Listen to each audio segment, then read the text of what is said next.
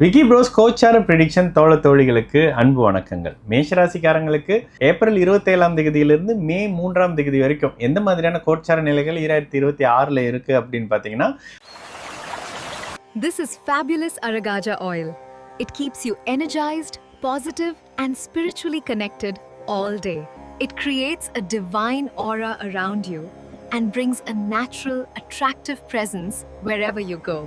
Anyone around you will feel calm, comfortable, and drawn to your positive energy.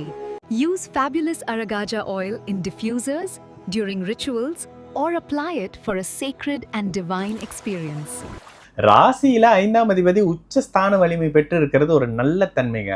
குழந்தை இல்லாதவர்களுக்கு குழந்தை இருக்கக்கூடிய அமைப்புகள், ஒரு சிலருக்கு அதிர்ஷ்டம் கை கொடுக்கக்கூடிய அமைப்புகள், குழந்தையால நல்ல பெயர்கள், அந்தஸ்து, கௌரவம் மாதிரியான உருவாக்கக்கூடிய தன்மைகள் அப்படின்ற மாதிரியான நல்ல தன்மை தான் இருக்கு.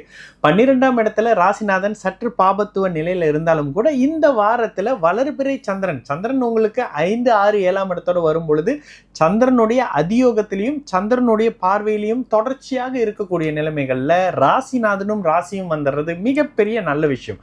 கூடுதலாக 2ஆம் அதிபதியும் வார பிற்பகுதியில் அப்படியே ஞாயிற்றுக்கிழமை போல சந்திர அதியோகத்துல வந்துடுறாருன்றதுனால குடும்ப விருத்தி அடைவதற்கான சின்ன சின்ன அறிமுகங்கள், ஒரு தொடக்க சந்தோஷமான நிகழ்வுகள் மாதிரியான சம்பவங்கள், தட்டு மாத்திக்கக்கூடிய சந்தோஷமான அமைப்புகள், ஒரு சிலருக்கு வீடு சார்ந்த அமைப்புகள்ல கடன் உருவாகக்கூடிய அமைப்புகள் மாதிரியான நல்ல தன்மைகள் இருக்கக்கூடிய அமைப்பு தான்.